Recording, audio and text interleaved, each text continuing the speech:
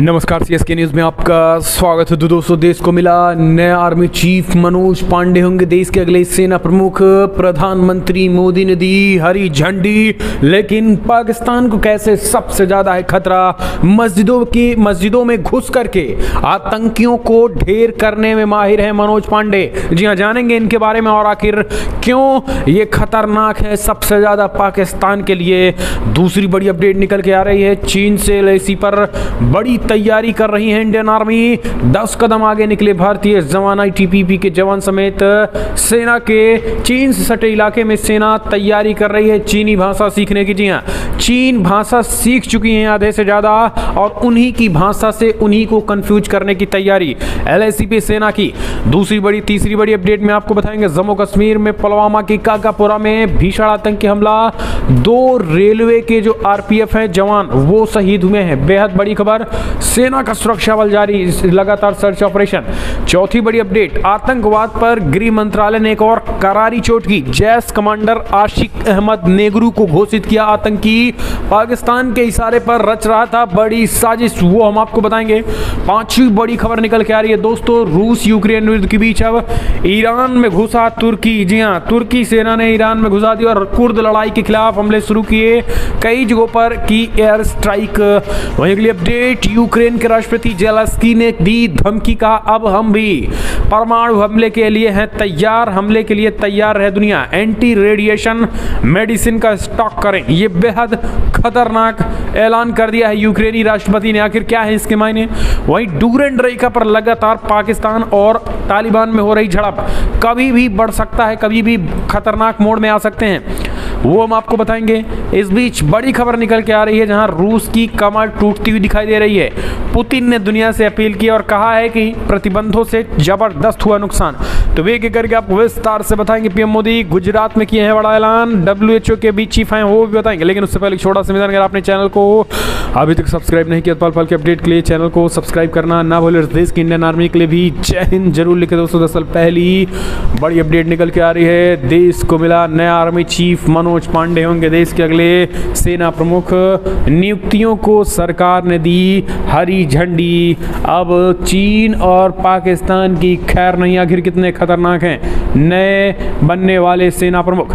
दरअसल lieutenant general Manoj Pandey देश के नए सेना प्रमुख होंगे। केंद्र सरकार ने उनकी नियुक्ति को हरी झंडी दे दी है। रक्षा मंत्रालय ने सोमवार कहा है कि सरकार ने लेफ्टिनेंट जनरल मनोज पांडे को अगले सेना अध्यक्ष के रूप में नियुक्त करने का फैसला किया।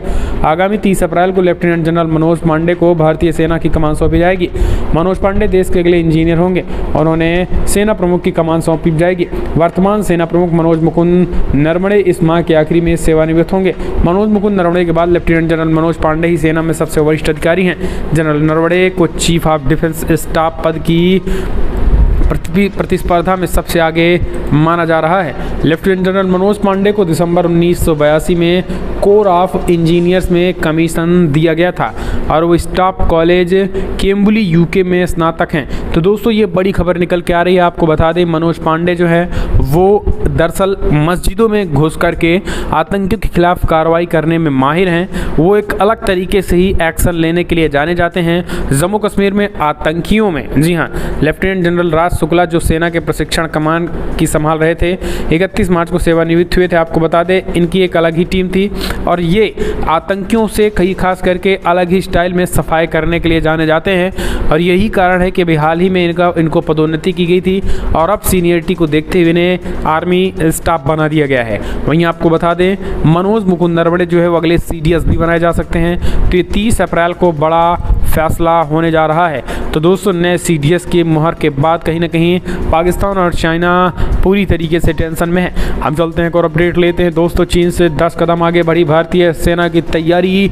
एलएसी पर चीनी सेना को कंफ्यूज करने के लिए अलग से तैयारी। दरअसल चीन ने 10 कदम आगे निकलकर भारतीय जवानों की बड़ी तैयारी चीन के खिलाफ चल रही है। भारतीय सेना चीनी भाषा लगातार सीखने पर ध्यान लगा रही है। इसके साथ ही आधे से ज़्यादा चीनी सेना, भारतीय सेना, आईटीबीपी जवान सहित कई सैनिकों ने चीनी भाषा सीख भी ली है।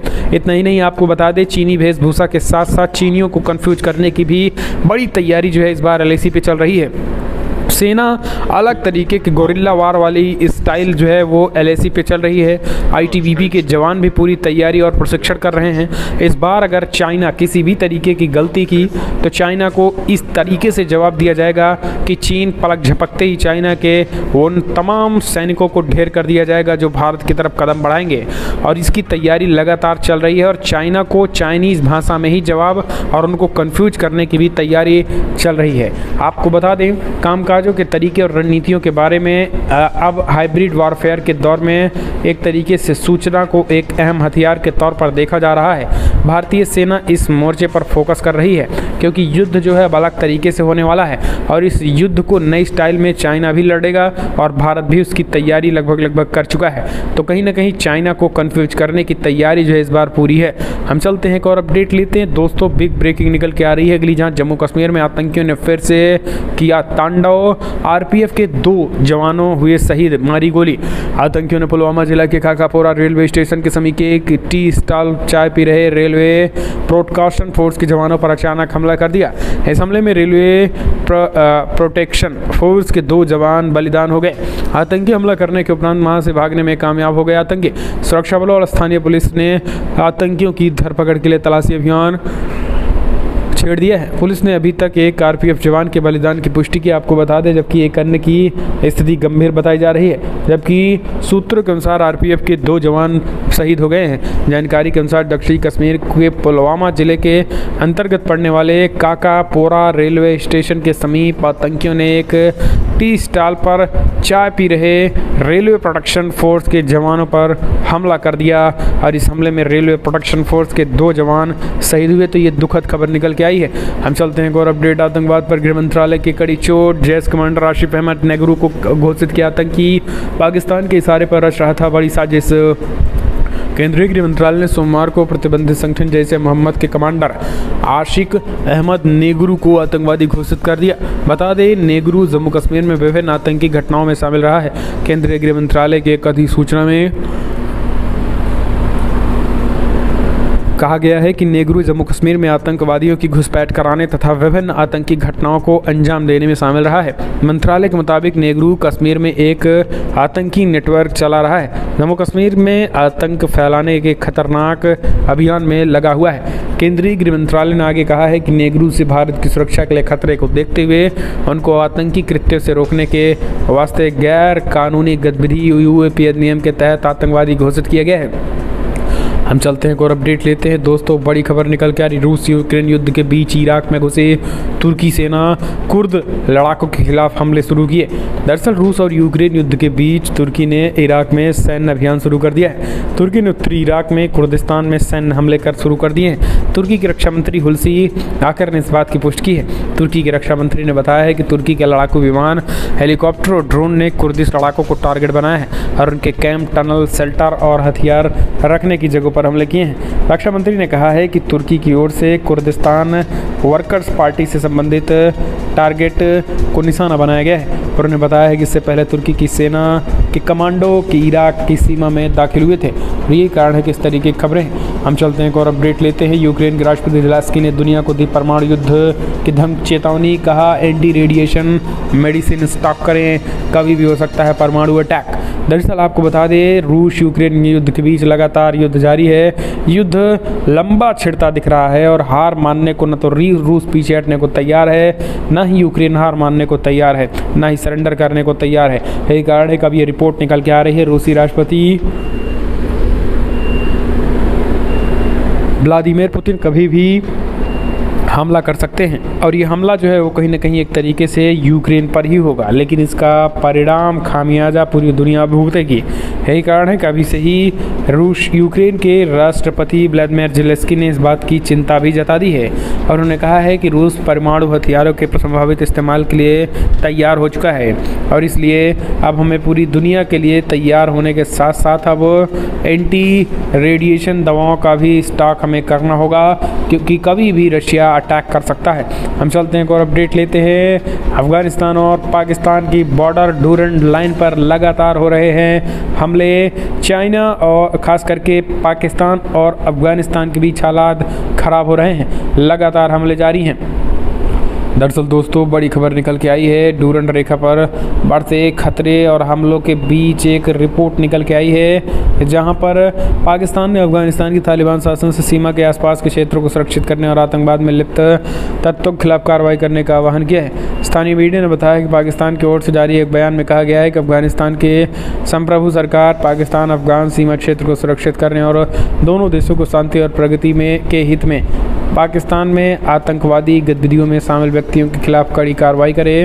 विदेश कार्यालय के प्रवक्ता अशीम इफ्तियाल ने बातें कही हैं। डूरंड लाइव में लगातार तनाव जारी है। तालिबान और पाकिस्तान के बीच झड़प के बीच तालिबान ने चेतावनी दी है कि अगर हम हमले करने शुरू करेंगे तो जगह नहीं बचेगी। एक और अपडेट, यूक्रेन जंग की वजह से हर 5वां इंसान हो सकता है गरीबी और भूखमरी का शिकार। दरअसल आपको बता दें, रूस और यूक्रेन के बीच युद्ध का 54वां दिन रहा। इन 54 दिनों में रूस ने यूक्रेन को कई शहरों पर बमबारी की। जंग में हजारों लोगों की मौत हो चुकी है, जबकि लाखों लोग अपना देश छोड़ पड़ोसी देशों में शरणार्थी बन गए हैं। यूक्रेन पर रूस के हमले के बाद शुरू हुए यूक्रेन युद्ध ने कई विकासशील देशों की अर्थव्यवस्था के लिए तबाही का खतरा पैदा कर दिया है। संयुक्त राष्ट्र महासचिव एंटोनियो गुतेरेस के अनुसार यूक्रेन संकट दुनिया के हर 5वें इंसान को प्रभावित कर सकती है। इस युद्ध के कारण 5वां इंसान भूखमरी का शिकार हो सकता है। 17 अगली अपडेट लेते हैं। रूस की कैद में 2 ब्रिटिश नागरिक, पीएम बोरिस से लगाई रिहाई की गुहार। कहा पुतिन के सहयोगियों का सौदा कर आज़ाद कराइए। दरअसल रूस के सरकारी टीवी ने सोमवार को एक वीडियो रिलीज किया है, जिनमें बताया गया है कि 2 ब्रिटिश नागरिकों को पकड़ा गया है जो यूक्रेन की तरफ से रूस खिलाफ युद्ध कर रहे थे। इस वीडियो में दोनों नागरिकों ने ब्रिटेन के प्रधानमंत्री बोरिस जॉनसन से मांग की है कि उनकी रिहाई के लिए रूस से बातचीत करें। वीडियो में दोनों व्यक्ति परेशान दिख रहे हैं और उन दोनों ने कहा है कि विक्टर वेदुमुचेक की रिहाई का सौदा कर उन्हें रिहाई कराया जाए। दरअसल मेदवेचुक को रूस के राष्ट्रपति व्लादिमीर पुतिन का करीबी माना जाता है और वो उन्हें हाल ही में गिरफ्तार किया गया था। विक्टर को 14 अप्रैल को यूक्रेन में गिरफ्तार किया गया था। दरअसल विक्टर जो है रूस समर्थक पार्टी के नेता और एक अमीर यूक्रेनी व्यापारी हैं और यही कारण है कि एक और जहां यूक्रेन में उनकी गिरफ्तारी के बाद उत्साह का माहौल है, दूसरी ओर रूस में इस कदम को लेकर आक्रोश है। हम चलते हैं और अपडेट लेते हैं। ताइवान को हड़पने के लिए चीन ने तैयार किया चक्रव्यूह, युद्धाभ्यास तेज कर अमेरिका को दे रहा चेतावनी। दरअसल आपको बता दें, चाइना ने ताइवान पर कब्जे के लिए अधिकतम 48 घंटे की समय सीमा तय की है और इसका मतलब यह है कि चीन किसी भी समय ताइवान पर हमला करके 48 घंटे यानी 1-2 दिन के अंदर से पूरी तरीके से अपने पाले में ला लेने की कोशिश कर रहा है। चाइना ताइवान पर समुद्री जमीन, समुद्र और आसमान तीनों से एक साथ हमला करेगा। चीन ताइवान को संभालने का मौका भी नहीं देना चाहता है। रूस और यूक्रेन युद्ध के बीच चल रहे जंग के बीच चीन की इस चाल ने दुनिया में नया संकट खड़ा कर दिया है। अगर चीन ताइवान को हड़पता है तो रूस चीन का विरोध नहीं करेगा, क्योंकि यूक्रेन मामले पर चीन अकेला ऐसा देश है जो रूस के साथ कंधे से कंधे मिलाकर खड़ा है। चीन और रूस के बीच इस दौरान व्यापार भी बेतहाशा बढ़ा है। इसके अलावा यूक्रेन के मदद का आश्वासन देने वाला अमेरिका भी दूर ही खड़ा है। अमेरिका ने हथियार तो दिए यूक्रेन को, पर सीधे सीधे रूस के खिलाफ और नहीं आए हैं और ये चीज़ें कहीं ना कहीं अब लगने लगी है चाइना को भी कि ताइवान पर हमला करेंगे तो रशिया आने वाला नहीं है और ये अमेरिका आने वाला नहीं है। यही कारण है कि उसका मनोबल हाई है। हम चलते हैं और अपडेट। रूसी राष्ट्रपति ने माना देश की अर्थव्यवस्था गर्त में चली जा रही है, पश्चिमी देशों के लगाए प्रतिबंधों से अर्थव्यवस्था में आई गिरावट। दरअसल यूक्रेन और रूस युद्ध को 2 माह होने वाले और इस दौरान जहां यूक्रेन को अरबों डॉलर का नुकसान झेलना पड़ा, वहीं रूस भी इससे पीछे नहीं रहा। राष्ट्रपति व्लादिमीर पुतिन ने भी बीते माह से पहली बार माना कि युद्ध के चलते पश्चिमी देशों द्वारा लगाए गए प्रतिबंधों की वजह से देश की अर्थव्यवस्था को नुकसान पहुंचा है। उन्होंने माना है कि इसकी वजह से अर्थव्यवस्था में गिरावट का दौर देखने को मिला। हालांकि राष्ट्रपति पुतिन ने यह भी माना है कि अब अर्थव्यवस्था दोबारा पटरी पर आने लगी है। इसके साथ ही आपको बता दें, उनके मुताबिक युद्ध के बाद लगे प्रतिबंधों की वजह से देश की मुद्रा रूबल में जो गिरावट का दौर देखने को मिला था अब वो स्थिर है और ये अच्छा संकेत है। उन्होंने ये भी कहा है कि देश में रिटेल सेक्टर दोबारा पटरी पर लौट रहा है। हम चलते हैं और अपडेट लेते हैं दोस्तों। बिग ब्रेकिंग, चीन ने विवादित क्षेत्रों में तैनात किए अपने सबसे खतरनाक फाइटर जेट 20 पूर्वी दक्षिणी सागर में कर रहा पेट्रोलिंग। रूस यूक्रेन युद्ध ने दुनिया भर के देशों की चिंताएं बढ़ाई हैं। लेकिन इस बीच चीन भी अपनी सैन्य ताकत को दिखाने में कोई कोर कसर नहीं छोड़ रहा। दरअसल चीन ने विवादित क्षेत्रों में अपना नियंत्रण बढ़ाने के लिए सबसे उन्नत लड़ाकू विमानों को भेजना शुरू कर दिया। एक रिपोर्ट के मुताबिक चाइना ने अपने सबसे उन्नत लड़ाकू विमान J-20 को पूर्वी और दक्षिणी चीन सागर कप में गश्त करने के लिए भेजना शुरू कर दिया है। इसी बीच आपको बता दें, चाइना के लिए ये कोई नया कदम नहीं है। पिछले महीने US Indo Pacific commander admiral John X Williamson ने कहा है कि चाइना ने दक्षिणी चीन सागर में अपने द्वारा बनाए गए कृत्रिम द्वीपों में कम से कम 3 का पूरी तरीके से सैन्यीकरण कर दिया। चीन का मकसद इन द्वीपों को जहाज रोधी और विमान रोधी मिसाइल प्रणाली, लेजर और जेमिंग उपकरणों के साथ लड़ाकू विमानों से लैस करना है। हम चलते हैं और अपडेट लेते हैं। दोस्तों, बड़ी खबर निकल के आई है। श्रीलंका आर्थिक संकट में ड्रैगन के रोल पर पूर्व पीएम विक्रम सिंघे की सफाई। कहा, चीन के कुछ प्रोजेक्ट पर काम जारी मगर देश को नहीं सौंपा। दरअसल श्रीलंका में जारी गंभीर आर्थिक संकट के बीच पूर्व प्रधानमंत्री रानिल विक्रमसिंघे ने कहा है कि श्रीलंका में चाइना के कुछ प्रोजेक्ट हैं, लेकिन देश को चीन या किसी और को नहीं सौंपा गया है। विक्रमसिंघे ने आगे कहा है कि फ्यूल के लिए भारत के लिए क्रेडिट लाइन मई के पहले हफ्ते तक खत्म हो जाएगी और फिर एक संकट पैदा होगा। उन्होंने कहा है कि श्रीलंका सरकार ने भारत से क्रेडिट लाइन का विस्तार करने की अपील की है, लेकिन मुश्किल ये भी है कि देश की सरकार ने खुद को बैंक करप्ट घोषित कर दिया है। तो दोस्तों, हालात बेहद ख़राब हो चुके हैं श्रीलंका के भी, और हालात अब संभलते दिखाई भी नहीं दे रहे हैं। एक और अपडेट लेते हैं। दोस्तों, बिग ब्रेकिंग निकल के आ रही है, आपको बता दें, जहां पर अब तक अगर बात करें हम तो एक और बड़ी इस्लामाबाद से निकल के आ रही। हाई कोर्ट ने नवाज शरीफ को पासपोर्ट जारी करने से रोकने की मांग वाली याचिका खारिज की। याचिकाकर्ता पर लगाया जुर्माना। जी हाँ, नवाज शरीफ को पासपोर्ट जारी करने से रोकने की मांग वाली याचिका, यानी लगातार अब जो है अच्छे दिन आने वाले हैं नवाज शरीफ के और उनके भाई प्रधानमंत्री बने। तो हम चलते हैं और अपडेट आपको बता दें। गोली चलाने वाले यूनुस इमाम सहित 23 गिरफ्तार। आरोपियों पर पहले से दर्ज हैं मुकदमे। 5 तलवारें भी बरामद हैं।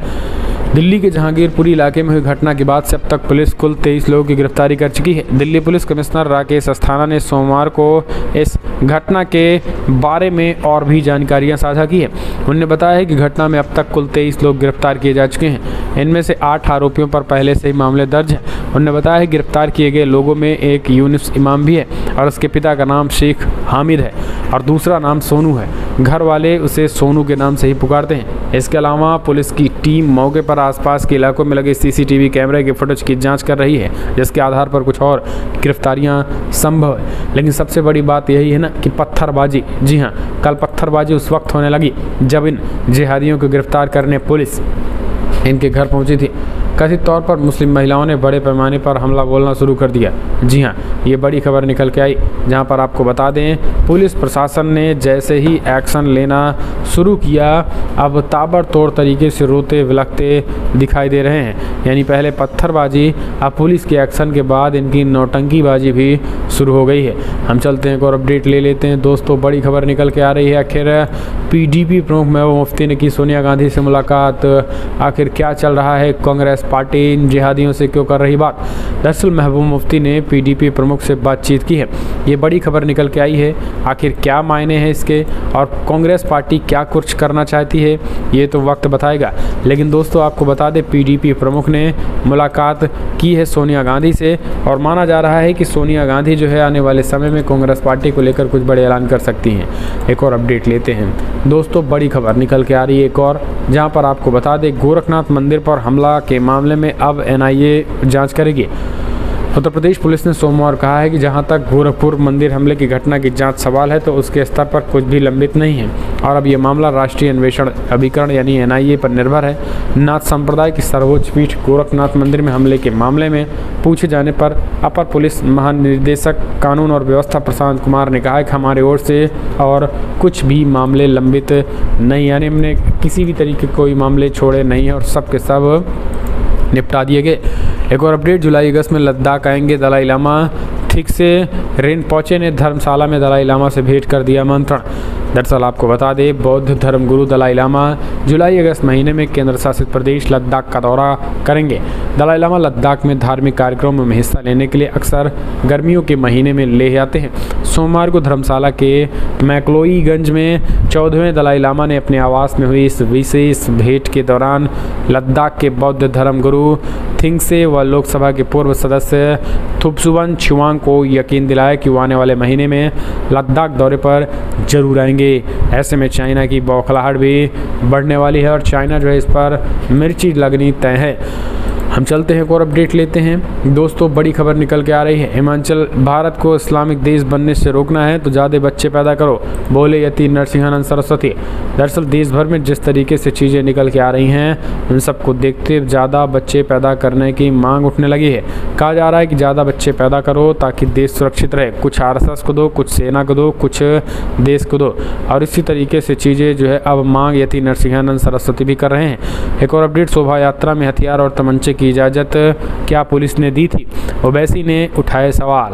दरअसल ओवैसी भी लगातार इसमें बोलते नजर आ रहे हैं और अपनी उपस्थिति इसमें भी दर्ज करा रहे हैं। उनका कहना है कि तलवार लिए शोभा यात्रा में राम भक्त भी गए थे, उन पर कोई कार्रवाई हुई या फिर नहीं, तो ये चीज़ें हो रही हैं। फिलहाल हम चलते हैं एक और अपडेट, जहांगीरपुरी हिंसा के मुख्य साजिशकर्ता अंसार निकला आम आदमी का कार्यकर्ता। आम आदमी पार्टी का भाजपा ने लगाए गंभीर आरोप। जी हाँ, फोटो